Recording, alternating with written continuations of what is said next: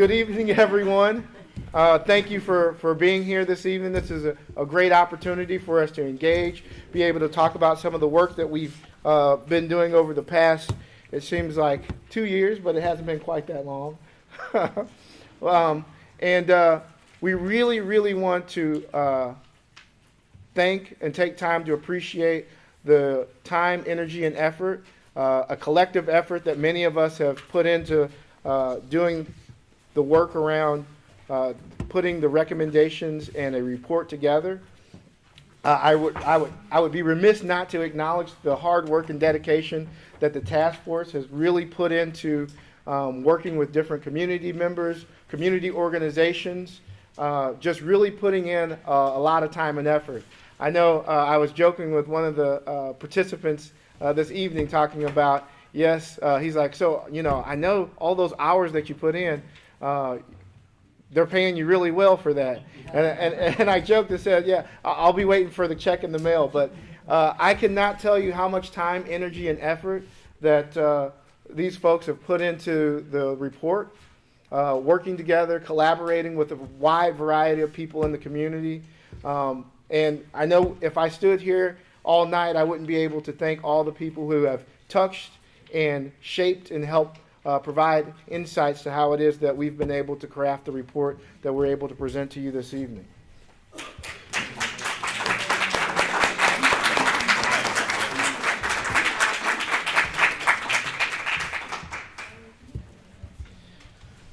So as we're getting things together,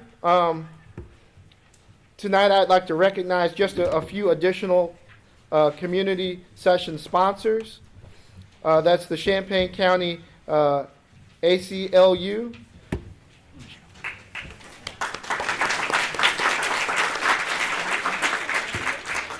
Champaign County NAACP,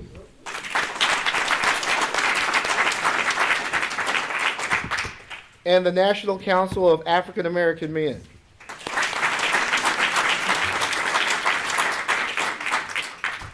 Again, there are so many folks and organizations who have really made this presentation and this report possible. And so a media thanks to all of you. So just to give a little bit of a timeline of how it is that I think we're almost there. We were close, so close. Yeah, we might need to dim some light. Okay, good. We'll be able to get a few lights. I don't know if it's... Yeah, we'll do what we can to get some lights. All right. But I'm afraid this is going to go again. No, I can... Yep.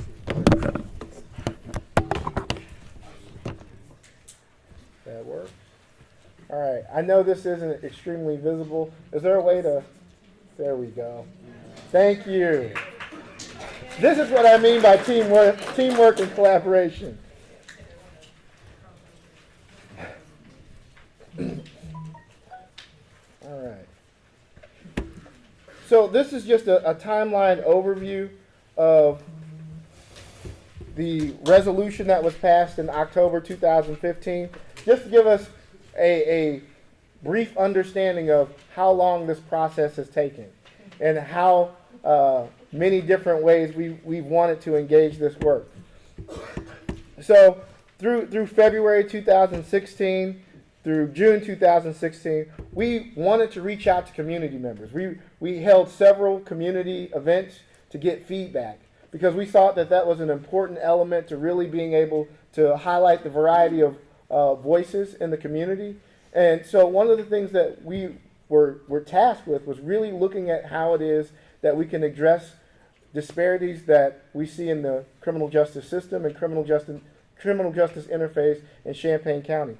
So we really wanted to reach out to community members and see, what their perspectives were, highlight their narratives and voices as well. So we spent a lot of time doing that, did some content analysis, which we will touch on in the report a little bit later.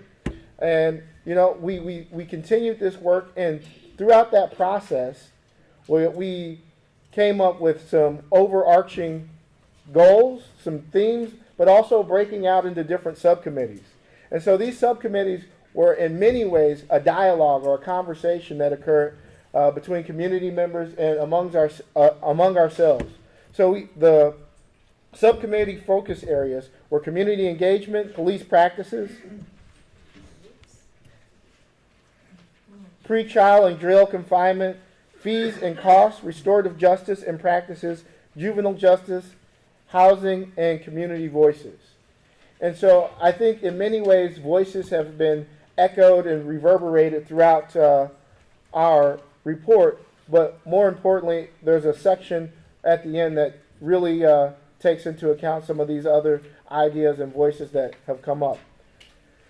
So our overarching theme had focused on really thinking about how it is that we can bring intergovernmental agencies together, continuing that conversation about how we create a more systematic way of engaging with the disparities that we see in criminal justice interface.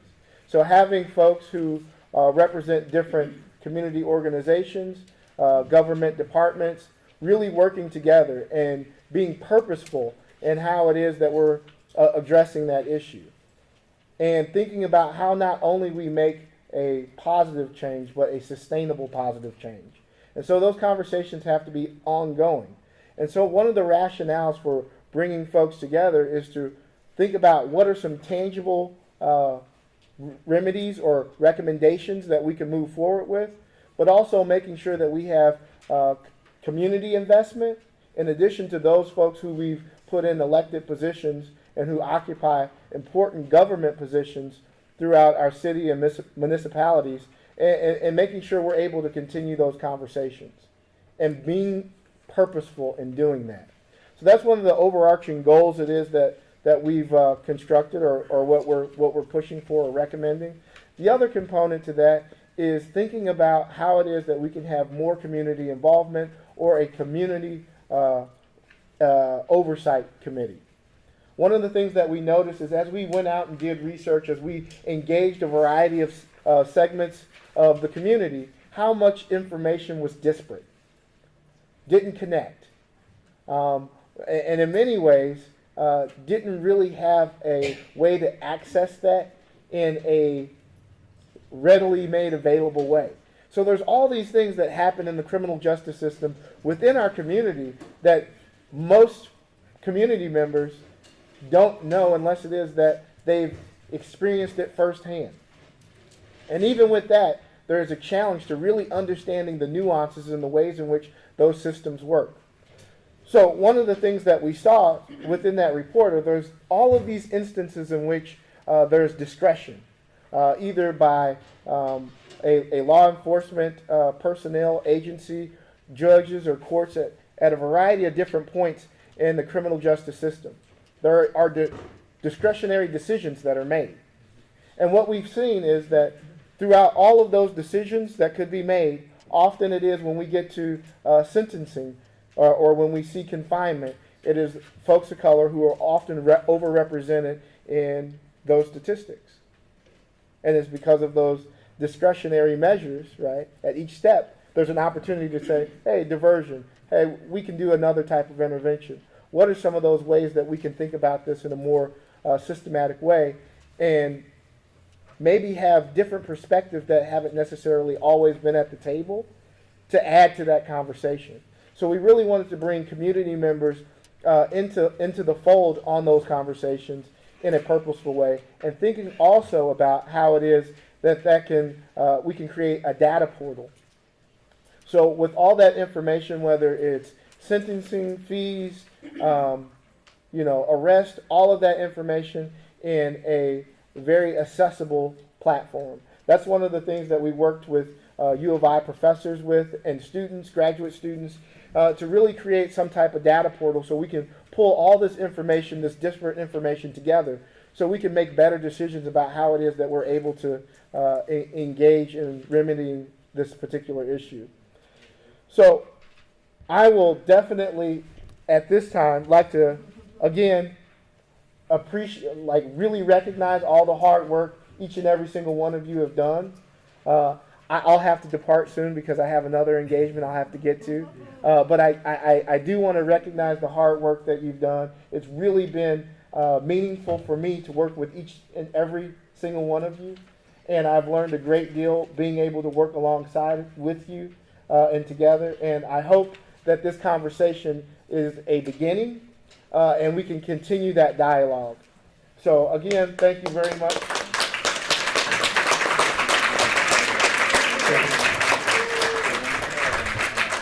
All right. Can you retake the picture because Marion just joined us, so the second row can stand up again? All right. I knew I was the technical difficulty.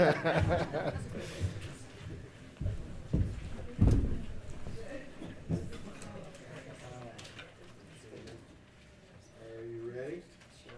On three.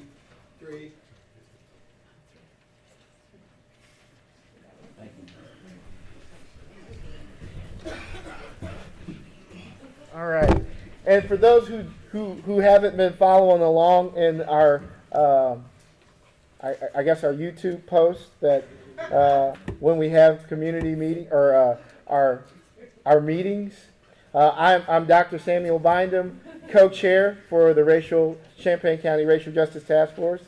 And the next person I'm going to introduce to come to the podium is Dr. Carolyn Randolph, and I will let her take it from here.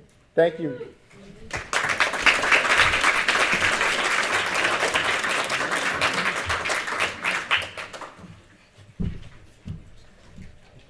Okay. Am I talking into this one? Yeah, that's Okay. Brian, is there a power supply?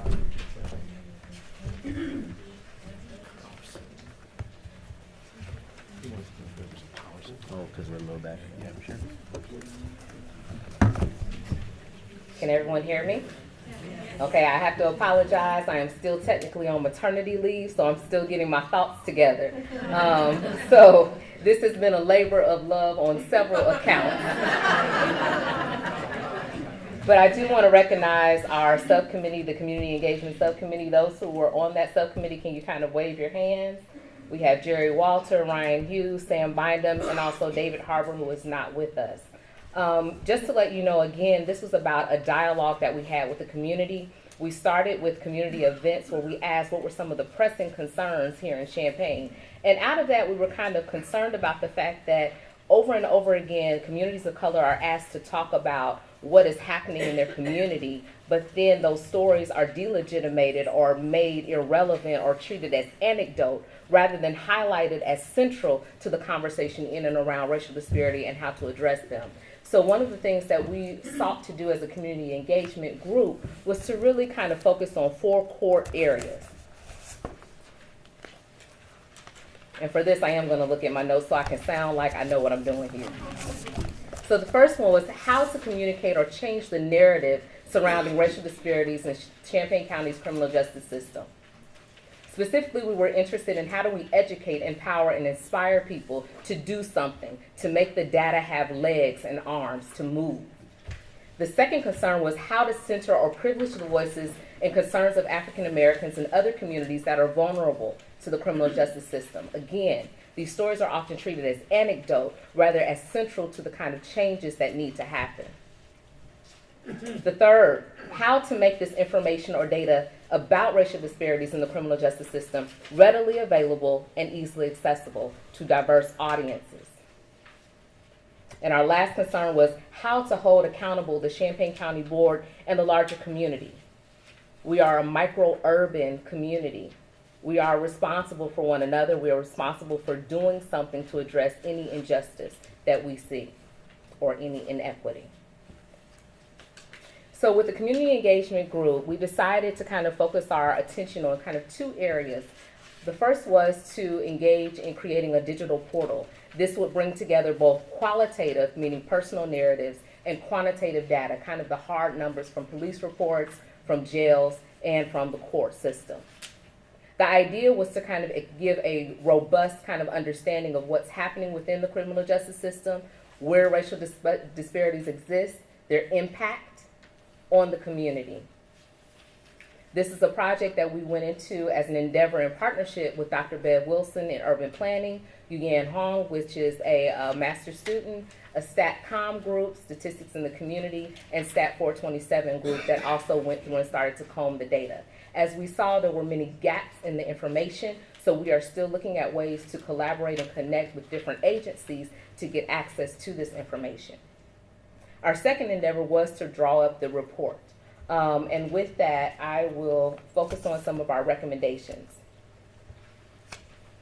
The first was to practice non-media related community engagement. The second was to use a broader mix of communication media in all conversations with the public. So this is using Facebook, this is using Snapchat, whatever we have access to. We are living in a technological age. There are lots of ways to connect with the community, to let them know what's happening, and also to hear dialogue back. And if you look at our report, there's actually more detail than what you have in this particular packet, so you can get some more nuts and bolts of what that will look like specifically. The third was to maintain and invest in the countywide Racial Justice Task Force Community Justice Data Portal. We are still building this portal, so we're asking for support in this endeavor. Again, you can think about this in terms of Humans of New York. You can think about the data portal in terms of the Seattle Sun-Times, some of the things that they were able to do to bring a complex and more robust understanding of racial disparities in the criminal justice system. We also were inviting diverse communities to help develop procedures for annual or more frequent assessments of the progress toward eliminating racial disparities. So this means that the community needs to hold the Champaign County Board and others responsible for actually taking action on our suggestions as well.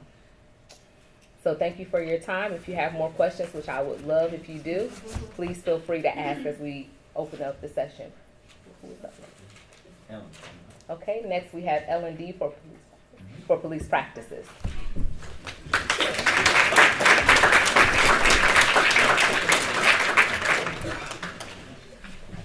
So that's a hard act to follow.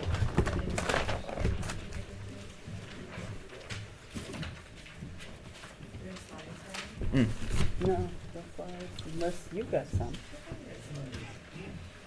I mean, I didn't make it. No sides.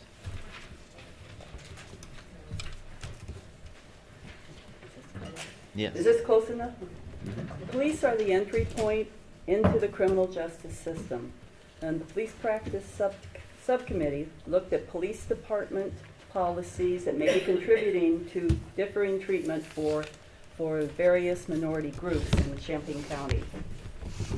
We gathered information and opinions from the community and met with the director of the Police Training Institute at the U of I to gather information regarding police training practices. And besides looking at all the current policies and programs that you all are familiar with, we looked a little bit at the idea of community policing, which is a new idea that's having some good luck in some parts of the country. The policy behind that is that it is reviewed. I'm sorry, let me skip ahead here.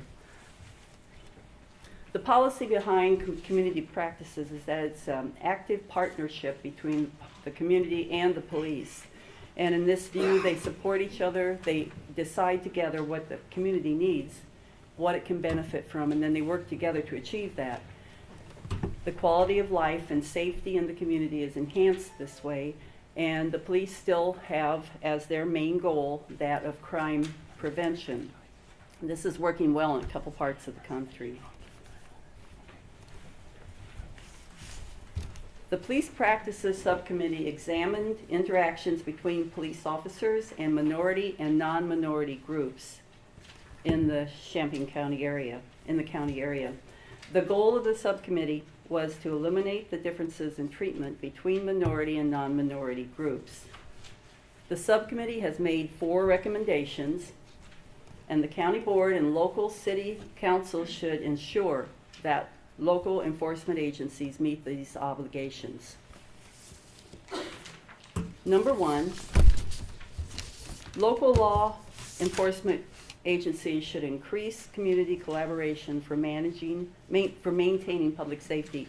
This is a little bit analogous to some of the ideas in community policing, but it just makes good sense all by itself.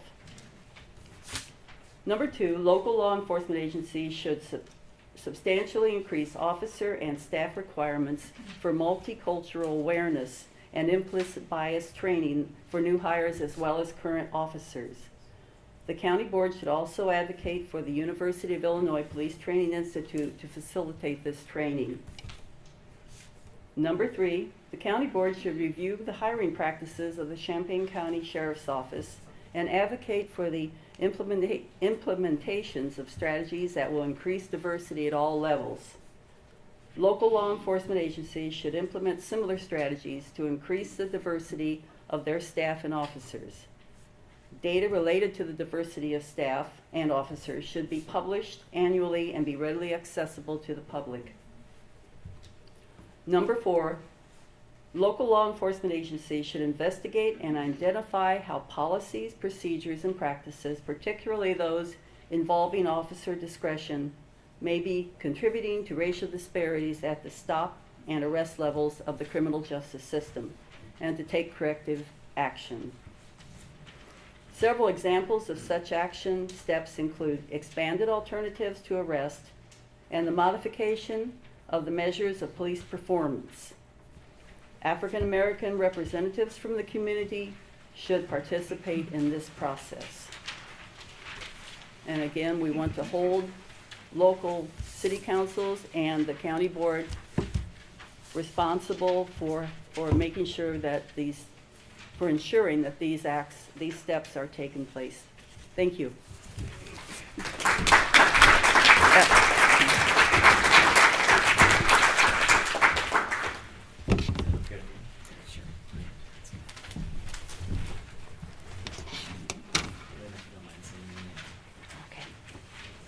Hello, everyone. Whoops. Can you hear me? Yeah. All right, good. My name is Lynn Branham, and it's been my privilege to serve on the Racial Justice Task Force and to serve with the members of my subcommittee as well, Susan Silver, Demario Turner, and Esther Pat. I'm going to talk to you about pretrial confinement and recommendations related to that. A majority of the people in Champaign County Jail are pretrial detainees.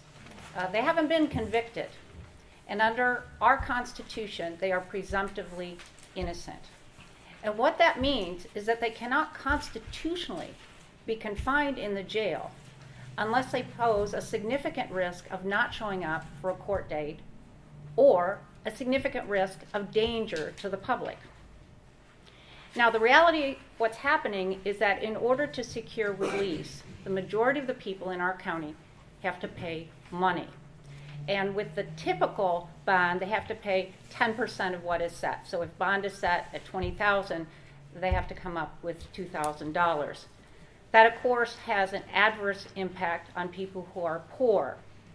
And African Americans, people of color, are disproportionately people of low income. So I think it's possibly and probably hard for a lot of people in this room, and certainly in our community, to grasp how hard it is for people who have low incomes to come up with the money to secure their freedom.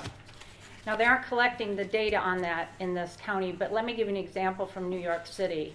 Close to half of the people in New York City arrested, not for felonies, for misdemeanors, couldn't pay $500 or less and are detained in jail now as a result of a study there.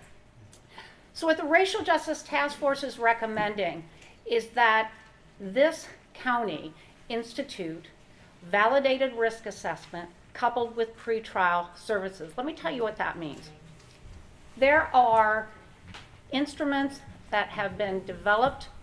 They are research-based, and they are much more accurate than the current system of kind of guessing, well, is $1,500 what I should set bail at, or should it be $2,500? Much more accurate in assessing risk of failure to appear and risk to the public safety. So through these instruments, if somebody is low risk, they should not even enter into the jail. If they're moderate risk, they should be released pre-trial with some conditions that are identified through those instruments. And if they're high risk, very high risk, then they're going to have to be detained pre-trial. And the reality is the vast majority of the people in the jail are low risk. That was a finding of the Institute of Law and Public Policy that studied our jail. So risk assessment coupled with pretrial services has a number of advantages. I mentioned the more accurate decision making, greater protection of the public safety. The research is really solid that if somebody spends even more than 1 day in jail, there's an increased risk of recidivism and an increased risk of failure to appear in court. But the benefit that I want to highlight is the benefit of equal justice. Because when people are detained pre-trial, it is more likely that they will be convicted. One reason it's more likely they will be convicted is because they plead guilty because they're so desperate to get out. It is more likely that they will receive a jail or prison sentence. There's a lot of reasons for that, but one reason is if you've been released pending the processing of your case, and you are convicted, and you come before the judge, you could say, well, but look what I've done.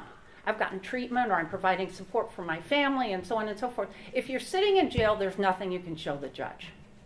So there's a greater chance of getting a prison or jail sentence and a greater chance of getting a longer prison or jail sentence. In 2013, there was a task force, the Community Justice Task Force, that recommended that this county institute risk assessment and pretrial services. Nothing has been done. The Institute for Law and Policy Planning that year recommended risk assessment and pretrial services. Nothing has been done. Those groups join a long list of organizations across the country that are saying this basic step must be taken. The Conference of Chief Justices, the National Sheriff's Association, the American Jail Association, the American Bar Association, the National Association of Counties, and the list goes on and on and on, and it includes the Illinois Supreme Court, which just several months ago said all the courts need to have pretrial services. So now this task force is saying this must be done. We can no longer have decisions about people's freedom based on these kind of gut feelings. And it is contributing to racial disparity because that kind of decision making can allow implicit biases to intrude and affect whether or not somebody is released or not. And in addition, as mentioned, requiring people to pay money in order to secure their freedom has a disparate impact on people of color. As I mentioned to the county board when we introduced our findings, I said not having pretrial services is like having a car with no wheels. It just doesn't work. Not having pretrial services is a sign of an antiquated, primitive criminal justice system, and we're now saying it just has to end. Thank you.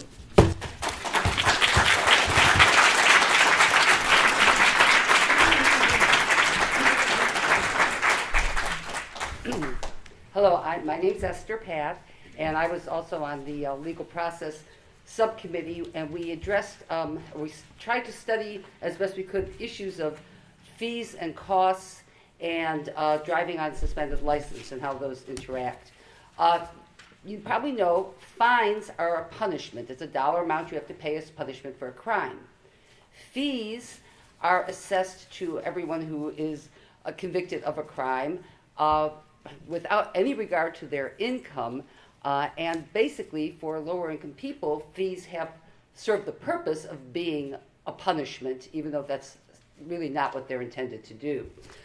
In Champaign County, according to the most recent census data, 17.4% of Caucasian people in our county have incomes below the poverty level.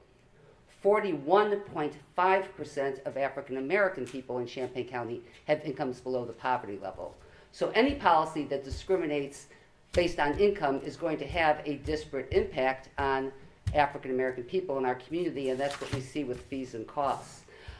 The concern about fees is something that is been getting some statewide attention. The legislature a couple of years ago created a bipartisan task force to study it. They came out with their recommendations in June of 2016, and the recommendation, the central recommendation was that fees should not be used to support, or the court services should not be totally reliant on fees, which is how they're run right now. The circuit clerk in Champaign County said 100% of her office's budget comes from these court fees. And in response to the task force recommendation, the state task force's recommendation, legislation was introduced in the General Assembly this past session that would have provided for a total waiver of fees for anyone whose income is below the poverty level, and then 75% waiver if income is 100 to 200% of the poverty level, 50% waiver up to 300%, and for anyone whose income is between 300 and 400%, there'd be a 25% waiver of fees.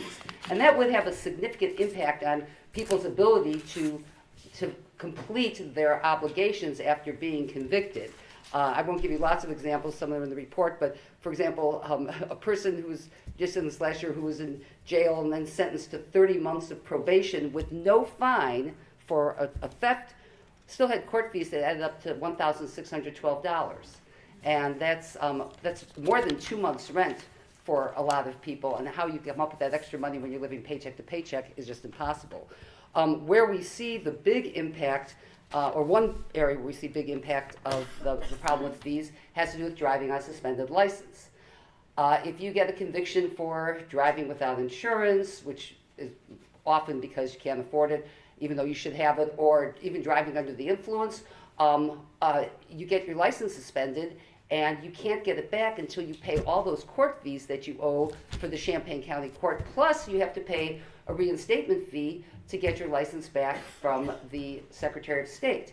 As a result, many low-income people end up driving without a license, and sometimes people get arrested for a problem that was 7 years ago, but they've never been able to pay up all those fees, so they would never get their license back. And then once arrested, they are going to have more fees, and there's a mandatory minimum 30-day sentence for driving on a suspended license. About 1 out of 7 people in the Champaign County Jail are serving a sentence for driving on a suspended license, and more than half of them are African American. Along these lines, we made several recommendations. One is that a protocol should be established at the courthouse to ensure that the public defender and the circuit clerk inform every single person who has to pay fees at the outset, when they still are with their attorney, and at the time that they're going to be convicted or sentenced, that they be informed about their ability to apply for a longer time period to pay those fees. You have 180 days, then you get turned over for collection, but you can go back to court and apply for an extension. Those extensions should be given up front to people who have low incomes and are going to need the whole 5 years to pay. Second, even better would be if the Champaign County Board, and this is another recommendation, would allocate sufficient funds to operate the circuit clerk's office without having to be so reliant on fees, and to go ahead and waive fees in the same manner as being proposed by the state legislation until that state legislation is passed. And we also recommend that that the county officials, county board members, and other county officials involved in criminal justice help lobby to get legislation that was introduced this year but did not go anywhere, passed, so that the amount of fees will be lowered. 2 other recommendations. One is for the Champaign County Board to work with other local governments to establish a new program that would provide grants to low-income people in the county to assist in their purchasing driving auto insurance, and that would both reduce the number of uninsured drivers on the street and also help reduce this problem with people ending up with these suspended licenses and having 2 charges against them. We also recommended that, no, I lost that other recommendation. I'm sorry, just a second. Support legislation that provides for, you can get your license suspended for almost anything, I mean not for anything, but for lots of things, if your license is being suspended has been suspended for something that's not about driving, like not paying parking tickets. You don't pay more than 10 parking tickets, you can lose your license. or if we're not paying child support, that in those cases, if you're driving on a suspended license that was suspended for a civil non-driving reason, that it would be a petty offense, which is a $25 fine, rather than a criminal misdemeanor that is a higher fine and also could do time. Thank you.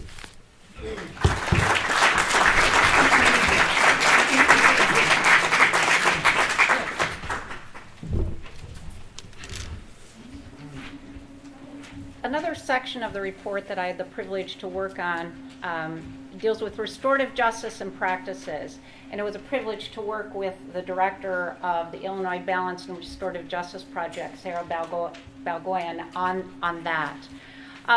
What the Restorative Justice Task Force is recommending is that in this county there be developed a comprehensive plan to bring restorative practices into our criminal justice system, into our juvenile justice system, and into our communities' responses to crime and conflict. Now, tonight, unfortunately, I'd love to talk for hours about restorative practices and its promise, but I can only distill for you, give you a little bit of a glimpse of the vision here and why it can have an impact on the disparity problem that we're addressing. We have a tendency as people, we all know that we tend to do things to people or for people. And the premise of restorative practices is that people are more likely to effect changes for good in themselves when we work with them. So the focus of restorative practices, and restorative justice is a part of restorative practices, is we're working with others. We're working together to avert conflict, to address conflict, to remedy harm when it occurs, to build and repair relationships, and to promote personal accountability when somebody harmed somebody else by committing a crime. There's lots of different kinds of processes that are used to effectuate these objectives. Real quickly, one is called restorative justice conferences. And what happens in a restorative justice conference is the person who caused the harm, the person in this case who committed a crime, meets with the person or persons harmed by that crime, and then what we call communities of care, people who are there to lend perspective and support during that dialogue. And during that dialogue, there's a discussion that just doesn't take place right now, and there's a conversation about how that crime harmed the person in the room. And then there is the dialogue about what that person can do to help remediate that harm. And the research is really, really strong about restorative justice and restorative practices. Restorative justice conferences, the research is showing that they are more effective in reducing recidivism. But some of the research that I'm particularly excited about is that they are meeting unmet needs of victims. Victims need them, they like them, and it brings a lot of healing for a lot of people, and they're cheaper too. There's other kinds of restorative practices. Family group decision making is another example. That's where we're bringing the family in to help develop, for example, a plan for somebody who's on probation. So maybe it'll actually work. Or reentry plan when somebody is coming back into the community. Now, what's this got to do with racial disparity? Well, for a number of reasons, restorative practices can be a tool to help reduce racial disparity, but I want to focus on what I consider the paramount reason. We have a tendency to, I call it othering people.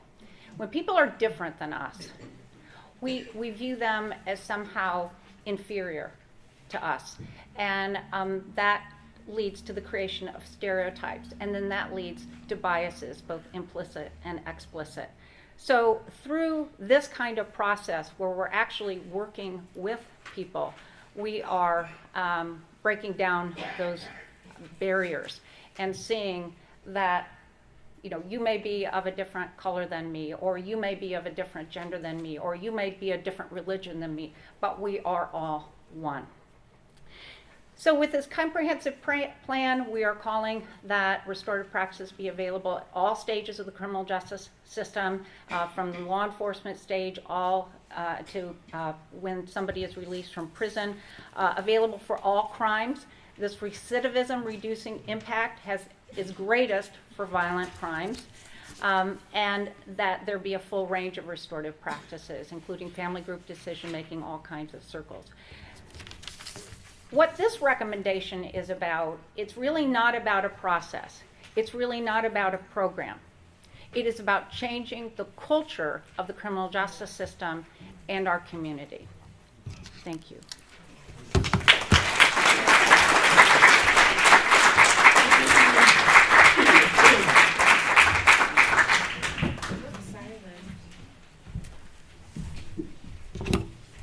Hi, my name's Sarah, and I'm talking about juvenile justice tonight.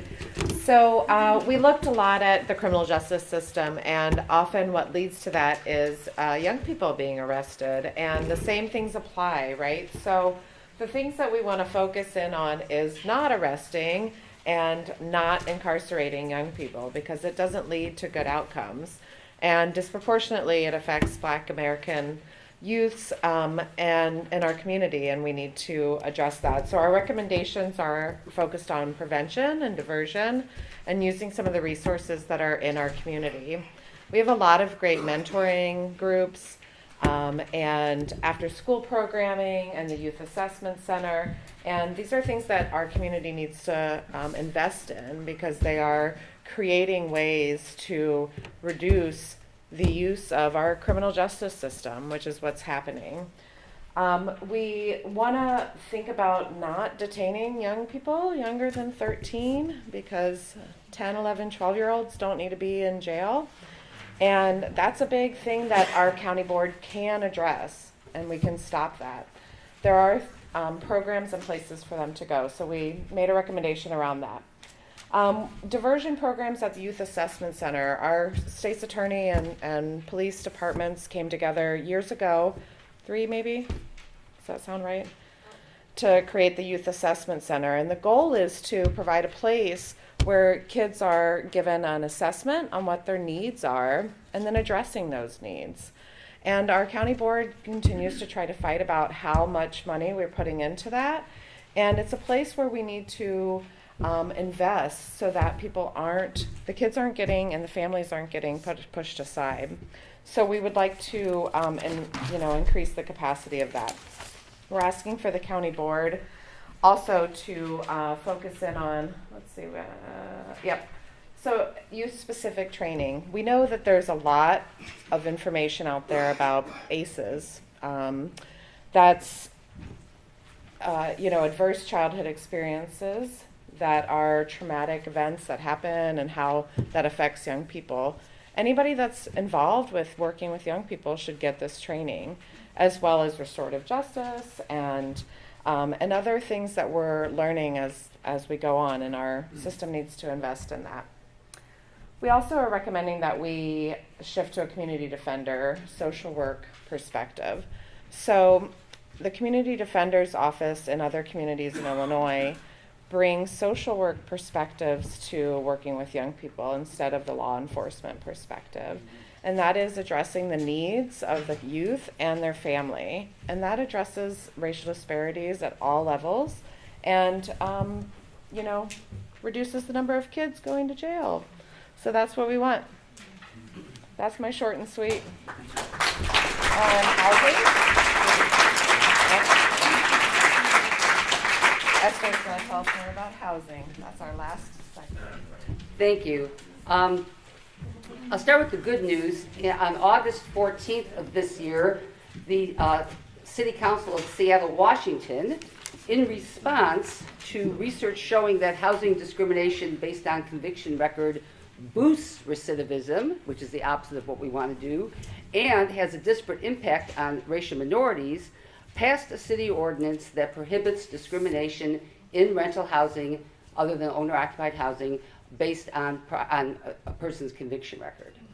That just happened this year. Back in 1979, the city of Urbana passed such a law, and it is still in effect today. So in Urbana, it is a civil rights violation for, and it's against the law, for anyone with, for a landlord to turn down a tenant, or for a person selling their house to turn down a buyer because of their conviction record. City of Champaign actually passed a similar law 2 years before Urbana in 1977. In fact, the laws were identical.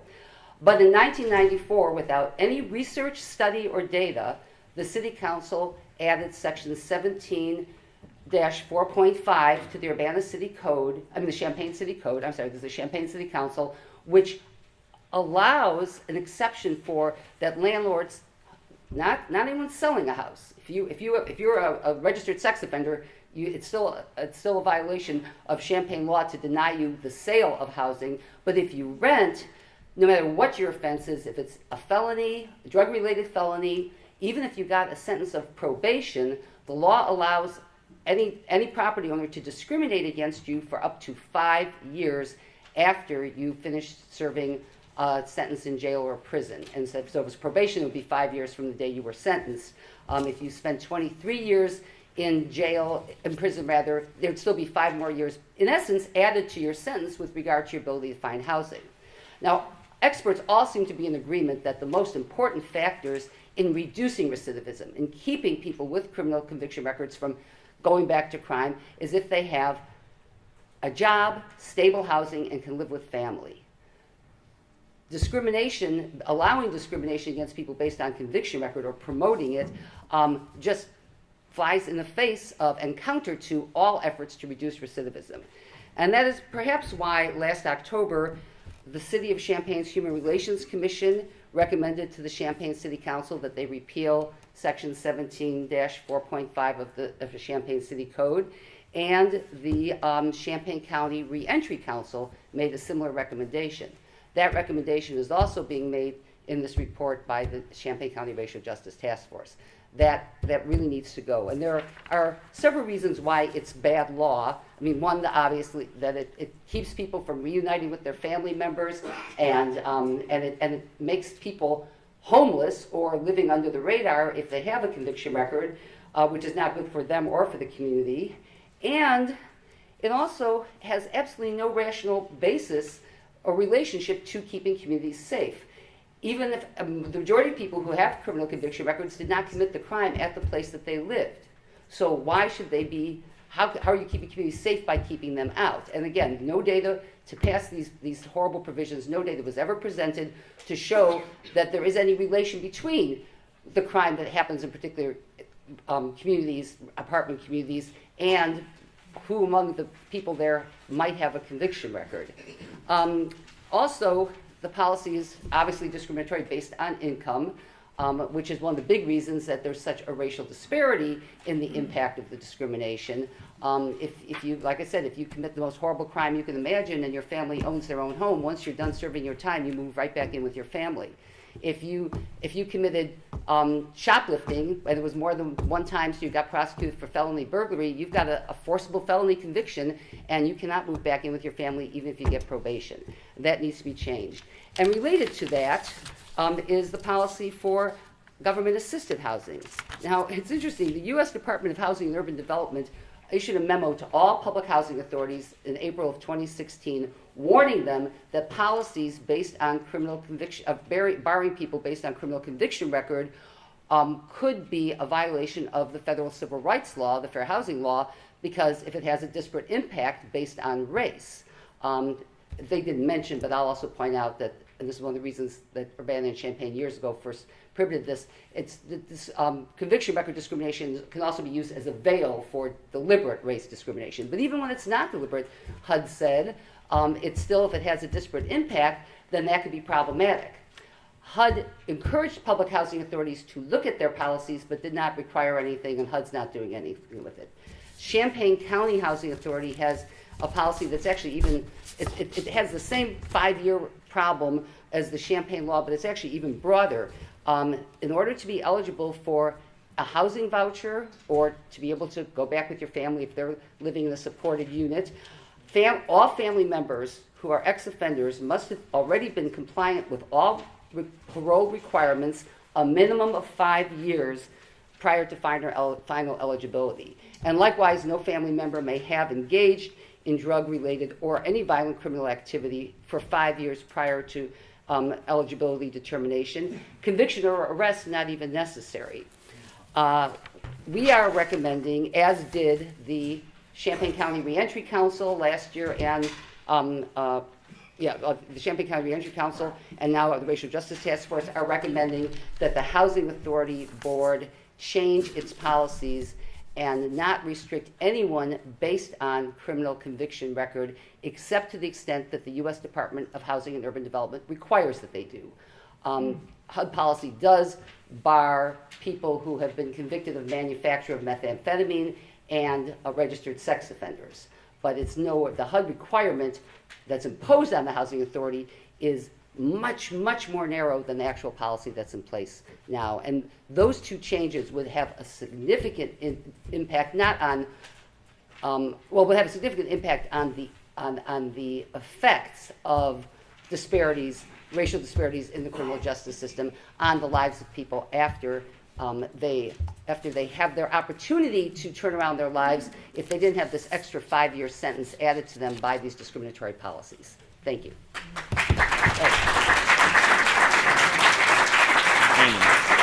And that's the end of the recommendations to the task force, but there's more, one more represent. Yeah, as I said, there is one more section, because someone says the last one, and this is Amy Felty talking about community voices. Thank you. Some of the members of the task force wish to explore deeper causes for the disparities that we were finding. And so 4 of us worked hard on that. One was Rosita Bird, who didn't get to finish her work with the task force because of employment. And the other 3 members who worked on this were Artist James and Henry Ross, both of whom couldn't be here tonight, and me. I'm Amy Felty. And we wanted to note that our work took us into the community. We did lots of interviews with people of different backgrounds, different colors, different ages, all across Champaign, Urbana. Some were native born, some weren't. Some were in the county, some were in the towns. We took about 50 of those interviews that were most prominent, that is, where people repeated things, and found that those strongest recommendations were ones that we wanted to put forth for the report. And we found that the most significant things that people said that would help them gain opportunities, or that they had had in their lives that were opportunities for them, dealt with education, employment, and community relations and relationships. And so our report, which is on the next to last board back there, consists of 18 different recommendations. And I urge you to take a picture with your phone of that tonight, because it's not in the other report that was passed out. Those aren't detailed. I brought 10 copies of our part, which is the last part of the report, with me. If people wanted that at the end, I'm happy to share those. So as we were looking at deeper causes for racial disparities in the county and what we can do about them, it didn't come to any surprise to us that people talked about structural racism, about implicit bias, and about trauma in the community that comes from constantly being under the gun for being black in particular. And we found that as we researched those things, there are lots of programs across the country and sometimes across the world that deal with addressing implicit bias, for instance, and eliminating from our workplace, from our action, from our hearts, from schools, from everything. And our report deals with some of that and puts forth some of the reports that we found elsewhere. We looked at trauma in the community and pulled a lot on Karen Sims' work with trauma training through the CU area project, and the evidences of trauma that she sees in our own community of Champaign, Urbana, often related to the violence that we see and to the problems that some students have with schools. And we looked carefully at structural racism and found in our community evidences of structural racism that are ongoing in our community, things that haven't been addressed. Issues, for instance, like the Amarin site at 5th and Hill Streets in North Champaign, which for 10 years has been a polluted and hazardous waste site. I see people nodding. Some of you know that this effort by Claudia Linhoff has gone on for 10 years already. So in our report, you can find the text and you can find those 18 recommendations with explanations for them. I want to say that our community has a lot of good things going on. There are increasing discussions about race and about opportunities for all people in the school systems, in different businesses, in several faith-based organizations, and in community groups of activism. And I think that our recommendations support all of that work. Our hope is that members of all races and both genders, or however many genders there may be, I remember the Scientific American recently had an article with 17 different genders listed. We hope that all people of all ages, too, will find that they're welcome in this community and that opportunities for them in education, employment, and personal relationships will be open and free and that they can develop and grow. We'd like to say that our recommendations boost and strengthen efforts that are being made. And we encourage people on all sides to begin to think, instead of what's good for me, to think of what's good for everybody. And my good is wrapped up in what everybody else's good is. One apropos analogy that someone gave us was experiencing racism is like biking against the wind. But we would like that all of our fellow citizens have the opportunity to live and develop and grow as if they're biking with the wind at their backs. We'd like to change the community so that that happens. Thank you.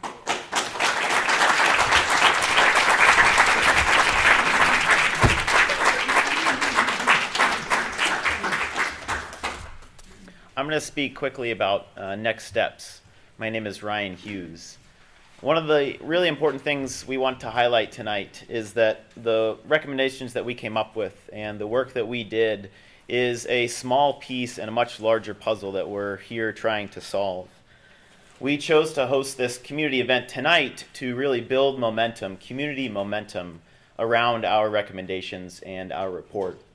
It's going to take significant efforts by many individuals and organizations within the community to help achieve racial justice here in Champaign County, both within and on the outside of the criminal justice system. Our call to action for you all tonight is twofold. First, deeply consider our recommendations, skim our report, and think about these recommendations and maybe how you relate to them. And secondly, begin to discuss them. Discuss them with us, discuss them within your organizations or within your workplaces, with your family and friends, and ask yourself, what will I do to help put these recommendations in place and to further advance racial justice in Champaign County? We want you to be able to use our report and our recommendations as a resource and to push these recommendations at events such as city council meetings, to go in front of the county board, push them to enact some of these recommendations. If you're serving on other governmental committees, bring these topics up and make sure that people are talking about these. I want to say that we appreciate your support and we really thank you for being here tonight. And what I'm going to do next is kind of do a question and answer session for us. And then after that, hopefully we'll have some time to mingle and you all can discuss with us and begin the next steps in consideration of our report and our work. Thank you all so much.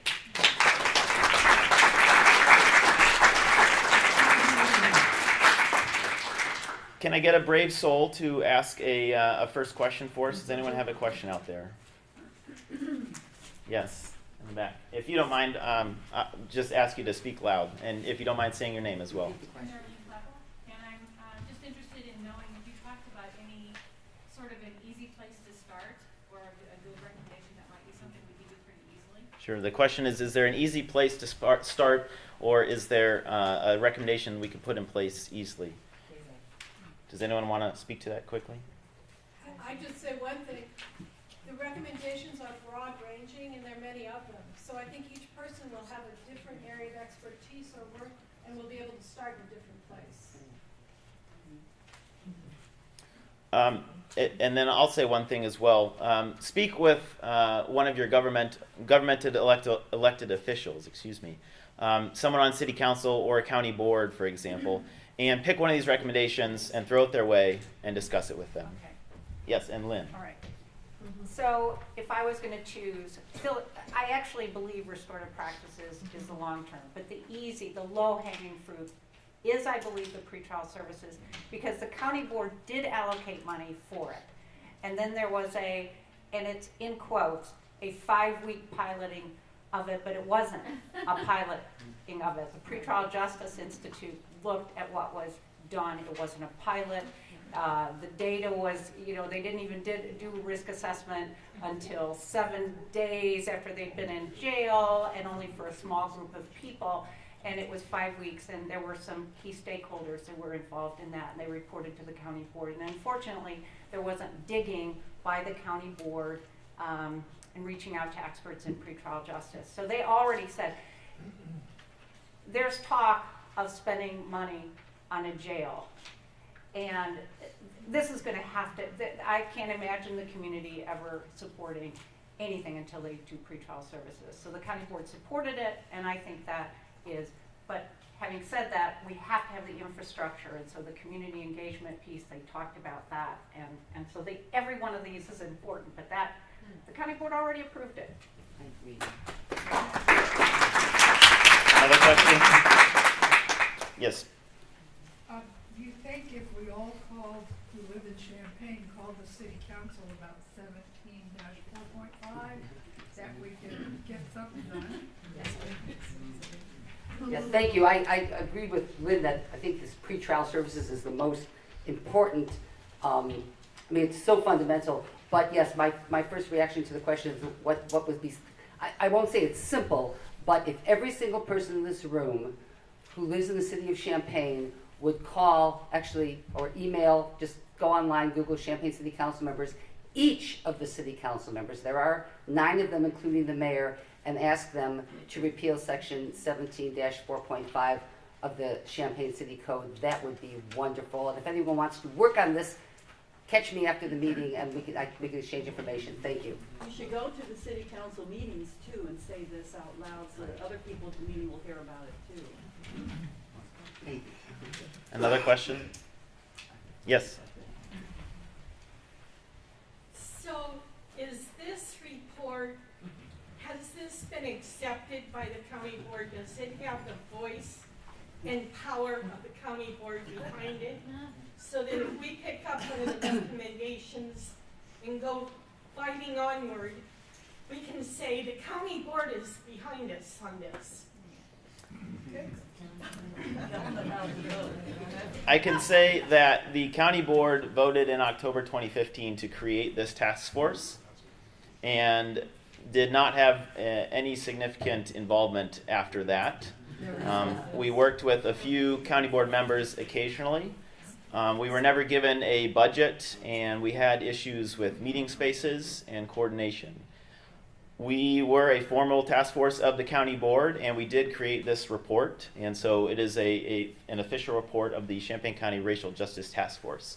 The county board did not vote on it. I don't believe that they needed to vote on it, but this was their creation.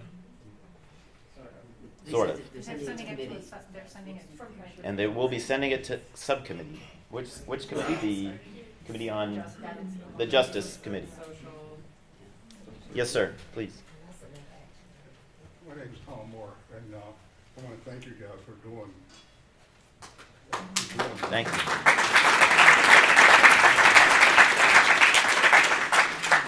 And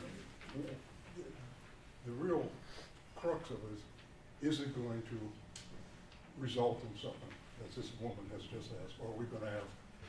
And one of the things that strikes me, the woman who talked about juvenile justice, one of the things that really could be done is stop the schools from sending kids to the police. Just stop. They make it so easy for the police to address these kids over, you wouldn't believe what they were allowed to say to these kids. And you would have to go to the school board, particularly Champaign School Board, to do this. And I think while we're waiting for the county board to make up its mind what it's going to do, we need to have small groups of people who harass these authorities with our own ideas about how to make these kinds of changes. And if the county board decides to do something, great. If they don't, it doesn't mean that we've just been sitting around waiting for something like this. Thank you. Sarah, do you want to speak briefly about school resource officers? Well, I'll just say. 'Cause we did look at school resource officers, We yes. talked a little bit about school resource officers. So one of our recommendations was about changing the model. In Urbana, they have one school resource officer for both middle and the high school, and the amount of arrests is significantly less than in Champaign. And the racial disparities in the Champaign school system, school resource officer program is like 90% African American of all the arrests that they've made over the last 12 years. And it's for minor things that schools and or parents should be handling, not our justice system. So definitely we're in support of reducing or eliminating that. Yeah, I'll read just that very short part. It's number 7 of the Community Voices. It says, retire the SRO school resource officer program and hire behavioral specialists, add restorative justice practices to support healthy adolescent development and success in school and in life. And the rationale that came from the interviewees, including many people on this particular topic, was instead of punishment and police action, our students who spoke with us, not just adults, want places to learn and to practice academic and social skills without being treated as pre-criminals. Their general well-being and behavior can most appropriately be addressed by hiring adolescent specialists instead of SROs and hiring restorative justice staff. Some programs are being piloted now. For instance, in Urbana, there's a nice pilot going on. And restorative practices are a natural companion to behavioral training. You can see more about restorative justice in the section that Sarah referred to too, but this was a really hot topic. I taught in the Central High School until 2003. I was there for 8 years. We did not have SROs. We had deans and we had counselors and we had teachers and a principal and an assistant principal. At no time did I ever feel like we were in danger and that we needed police in the schools. We did have DARE officers who were mostly in the younger kids, and sometimes Jonathan Westfield came and worked with our classes on curfew and what the city code said. I know one time we had City Attorney Sean Taylor come in and she talked with the kids about city ordinances before the prom took place one year. And one of the papers that this old English teacher assigned shortly after that was, did anything we did this year affect you in ways that you'd like to talk about in particular? And several kids wrote, you know, for prom we decided to do such and such and such and such. But Mrs. Taylor said, I don't want to see you in my office about curfew violations in prom. So I think that the kind of training that we do with kids by opening conversations and going forward is very effective. And I think for those kids who are having more serious problems, they need adolescent behavioral and developmental opportunities that help them grow, not our SROs.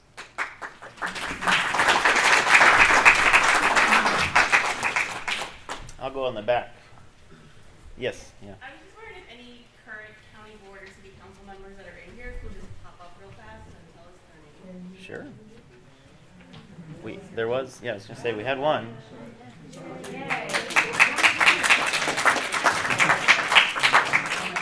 Chair of the Justice and Social Services Committee, so I will be working with the rest of our county board and the city council's men to try to do what we can do to address some of these issues brought up in the report. Thanks for all the work. Thank you. Thank you all. Sir, just say your names. Yeah, go around. Chris Storr, and I'm a new county board appointee from District 10, and I've been working at the Champaign County Jail as a volunteer mental health counselor since March. So I'm kind of aware of some of these issues from a different perspective. My name is John Rector. I'm on the Champaign County Board, also running for county clerk. Again, thank you for all the hard work. Robert and I are gonna talk afterwards. I haven't met Chris that much yet, but I have a real interest in the pretrial services. I mean, it makes sense, that and the risk assessment. I don't want to take much time. There's not a lot of dollars. These are all great programs, and I like the idea of doing something that's not going to take a lot of money, because there's not a lot of money there. I know they all deserve funding. There's just not dollars there to do it. And the only other thing I'm going to say is I'm totally committed, and I'm on the facilities committee, and I can't speak for Robert and Chris. I'm sure they agree. Downtown jail's got to go. It's horrible. It's horrible. It's an embarrassment. I don't know if anybody's been in it. So that's also on my list. So thank you. Thank you. Bill Brown, I'm in the Urbana City Council. This is Matt, who's on the Champaign City Council. He'll introduce himself, but we were sitting together because we were also on a committee on jury selection task force that covered some of the similar issues, but just focused on why juries were so disparate. And we were on that committee 8 years ago, so a long time ago. So familiar issues.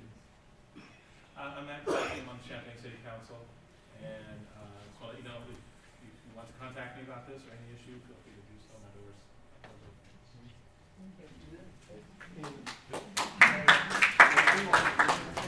Dennis Roberts, I'm on the Urbana City Council as well, representing Ward 5. We've had a lot of really in-depth discussions, most recently about the disparity of arrests during traffic stops. We're trying to evaluate that and bring some policy changes to that. It's a very difficult topic to know how to exactly address. So I really appreciate all the advice that has been offered by this study that we just picked up today, because I think it can help us understand a lot of the issues that are also economic and have to do with fees and traffic fees that people are facing that are very similar to some of the issues that you're bringing up yourselves. Thank you all, and thank you for your question. Great. Yeah, follow up, sure. Yeah. Just in case anyone's not super familiar, there are 24 members of the Champaign County Board. There are 9 and a mayor for Champaign City Council. And Esther, help me out. How many are on the Urbana City Council? 7 and a mayor. 7 and a mayor. So when we talk about what's next, like, I think we just saw a really good start, right? Thank you. Thank you. And to follow up, there are other elected officials here. If we may point that out. Both Kathy Shannon and I serve on the Champaign Unit 4 School Board. I serve on the Education, Equity, and Excellence Committee.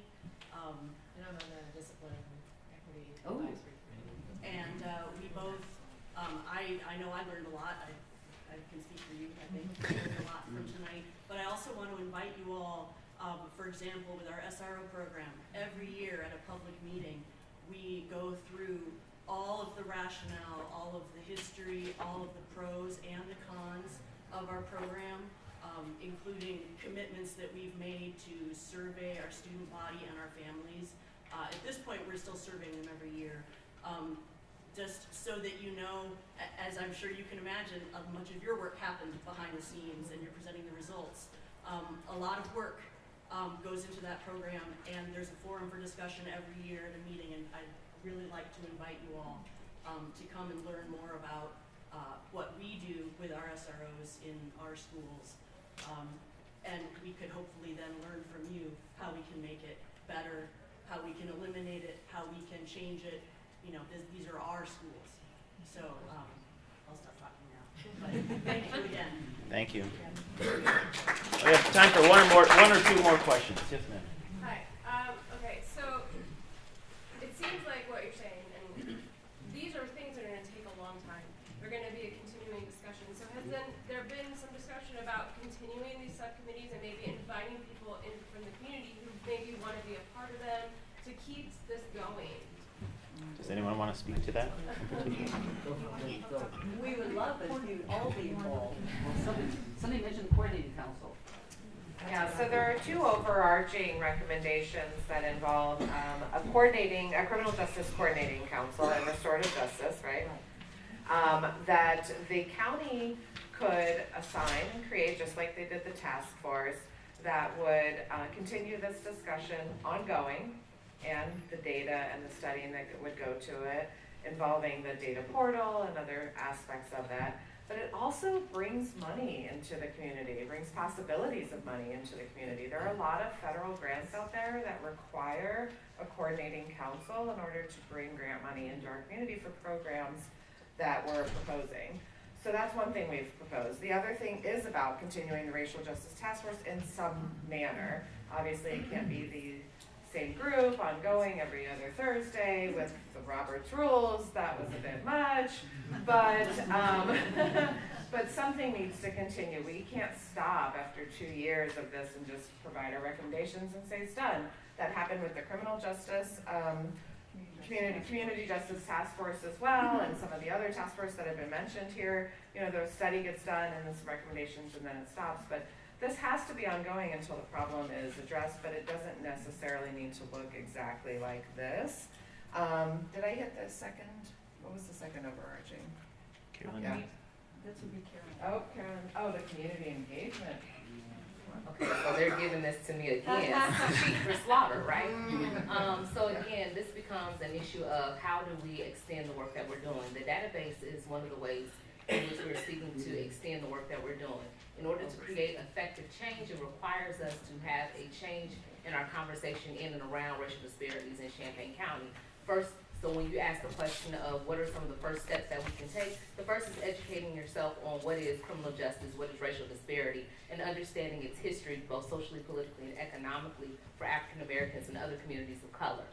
That was one of the tensions that we often found even within our group was how to talk about racial disparities, how to create a language in and around what racial disparity is, and how to be clear about it. In terms of the data portal, one of the goals is to ensure that we have the information available. One of the things that's often said is that Champaign is not Chicago. However, if you look at the numbers, Champaign is very much so similar to a Chicago or another big city when it comes to numbers. So I think it's making that information readily available, easily accessible, encouraging groups to continue to do the research, expanding what that research will look like, that goes into connecting with outside entities and organizations. I know Fresh Start recently had a survey that was done. I think a digital portal will help to connect that information and make it accessible. In Champaign County, we have a lot of decentralized information, so I think bringing it all together so that it is usable is one of the main steps that we can do. I think also encouraging the Champaign County Board and other organizations to get out into the community. We tend to have these conversations in our little silos with one another, and we pat ourselves on the back for the great work that we do, but we're not having those conversations outside of our kind of groups of thought. So I think being able to expand beyond that and beginning to think about what those collaborations and partnerships might look like outside of our individual groups. So I'm hoping I answered your question. You have a question, sir? It's not so much of a question as a comment. I'm just motivated, and again, thanks for all the work you do, and also the elected representatives, but I feel the particular nature of this report has its origins in the protests of non-governmental organizations, specifically the Bold Protest Not Jails group, and the Independent Media Center. I think we need to show some love for them. Most importantly for me, what they show in some ways also is the limits of the representative democratic system. The paternity of the report is already being disputed about who's going to own it, whose fathered it. But I think to echo Karen's comment, she said softly or whispered in my ear, the people started it. It's going to be up to the people to implement it. Right. So the popular democratic organizations are really the ones that's going to, amongst us, help to carry forward the energy that initiated this. Absolutely. Thank you. Thank you. Absolutely right. Take one or two or three more questions. Yeah, Donnie, go ahead. Absolutely. My voice doesn't carry well, so I'll use this. One of the other pieces of criminal justice problems is the issue of mental health services, substance abuse services. And some of you might remember that a couple of years ago there was great enthusiasm for what's being done in San Antonio to have a diversion center for both the community to go to and for the police to go to. All the energy for that kind of got lost when they hit the first roadblock, and then there was a Department of Justice grant to look at things inside the jail about mental health issues. And they spent a lot of time and energy not doing what the community thought was needed, but working on valid screening programs and referral programs and some follow-up, which I think was good, but it's not the main thing that we need. And this is an issue that hits, again, low-income people, people of color, more because the services are not available. And I just, there are some movements in the community to work on this. I hope that you'll keep your eyes and ears posted for it. And I guess I'm supposed to be asking a question. So was there anything that was discussed about that on the task force? And kudos for all that you did. We talked about it, couldn't tackle it. Yeah, what we can just say, Dottie, is that we talked about this among many other issues and certainly just couldn't tackle every issue that came to our table. But we do applaud the work that's being done to support mental health services in the community. And then one or two more really quick questions. We do want to have some time for mingling and discussion. I had just a fast question. Great. I think piggybacking on this comment over here a moment ago, are there plans for you all to give this presentation to some of the other stakeholders that are not just the county board, but school boards and other groups that have been mentioned? Mm-hmm. Yeah, thank you. The question was, do we have plans to go in front of other boards to present our report? We don't have formal plans yet, but there has been chatter among some of us to take this on. We're no longer formally a group, and so we don't formally meet anymore, but it'll be up to some of us to go and do that individually, and I consider that a push for us to do that. So thank you. Way in the back. Hi, I appreciate your efforts and I appreciate your thoughtfulness and the research and the recommendation. Quick question, because it might not have an answer right now. Are there possible unintended consequences of any of these recommendations, and how may have those been considered in your work in putting these recommendations forward? Sure. Thank you. The question was about unintended consequences and if there are any to this. Yes, Carolyn, please. So, with this push for data, and I'm always conscientious of when we start to talk about the word data, because data can be used in different ways, it can be interpreted in different ways. So I know that Champaign County or the Circuit Clerk's office is creating their own kind of database. However, we are focusing on racial disparities and making sure that we have an understanding, a robust understanding of what that means. It's not just about the numbers, how our bodies being treated, or how our bodies and numbers looking. Does this seem like we need more jails, more beds in the jails? We're really trying to understand what is the impact of racism within our criminal justice system. A lot of times we want to conflate race with class. Those are not the same things. They operate in relation to one another, but they are distinctively different. So I think that was part of the goal of the database and making sure that we are safeguarding ourselves against groups and organizations that might want to use that information to make other claims without really looking at the kind of internal social, political, and economic factors that create these kind of disparities within disparities across racial groups.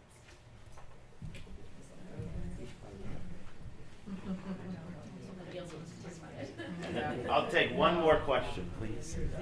Yes, Dave. Dave, you have a question? Question or comment? Suggestion? Quickly?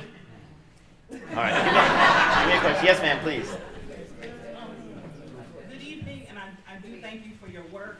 But I served on the Urbana Traffic Stop Task Force several years ago. I've listened to you talk about the multi-year work that you've done on this project.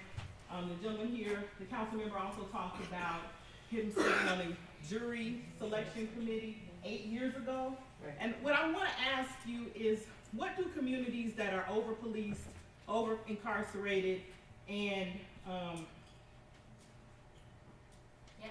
diminished, what do they do while we task force? If you could offer some advice. Who wants to go for it?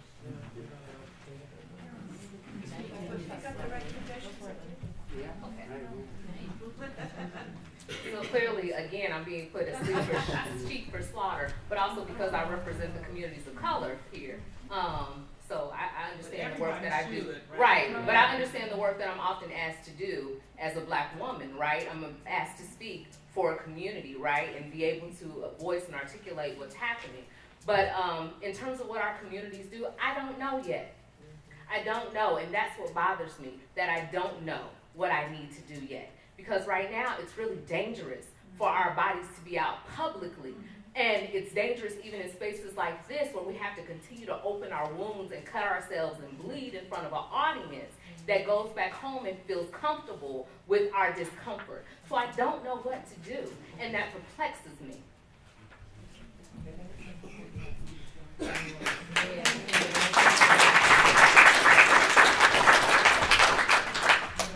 I'm going to have to close our question and answer time, okay? We'd love to have some time for everyone to discuss. You can ask many, many questions with us in the back here. A couple of quick notes. We do, I think, still have some snacks left in the back. I'm going to take, we've taken your email addresses if you have given them, and we will share links to the report and to our Facebook page. Yes. Yeah, one moment. I'll get to you. Hold on, Mrs. Avery. Links to our report will be shared in the email follow-up. And our report is available on the county board website. That was the last thing I wanted to say. Okay, yes. Ryan, I was going to come up and give you a big there you go. I don't need to speak out of the microphone. I just want to commend the committee for the work that you all have done. I think this is an impressive, good start of a report. But my concern is that if we don't get the county board to approve this report or do something with it, I think, as the woman said, it's going to be difficult for us to go and beat the drum that this needs to be done, because the city council, and I'm going to housing authority, I will be going to county board, and I will be going to the city council to talk about these recommendations. But I do think that the county board commissioned you all to do this report and come up with the recommendations. I think it's important for them to recognize your work and at least accept your report at some point. And I'd like to know from the county board members, I know that there was a justice, I think the room should know if there's any plans, if there's any meetings in the future, is there any dates that we can get where we can come to the county board and encourage the county board to accept this report so that the work just doesn't fall, just doesn't fall by the wayside. I'm going to have to defer to a county board member if you don't mind.